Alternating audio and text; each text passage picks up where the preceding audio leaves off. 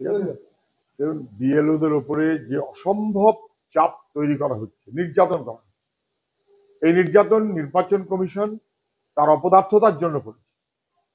সময় দেয়নি, ট্রেনিং হলো না, ডাটা এন্ট্রি অপারেটর নেই, অফিসের ছুটি নেই, সময় নির্দিষ্ট, তার মধ্যে সব কাজ করতে হবে, ভয়ঙ্কর পেশা। তার উপরে বিজেপির চাপ, যদি কোনো বেঠিক কিছু হয় সঙ্গে সঙ্গে জেল, চাকরি চলে যাবে।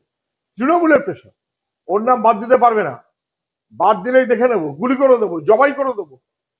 তৃণমূল চাপ দিচ্ছে, বিজেপি চাপ দিচ্ছে, নির্বাচন কমিশনের চাপ, চিড়ে চাপটা হয়ে যাচ্ছে বিএলওরা, চিড়ে চাপটা হয়ে যাচ্ছে বিএলওরা। এই অডিও আছে, সন্দেশকারীদের কোন এক তৃণমূলের নেতা, সে বলেছে কার নাম বাদ দিয়েছো, ও মুখটা বাদ দিয়েছো কেন, অত জবাই করে দেবো, মানে খুন করে দেবো।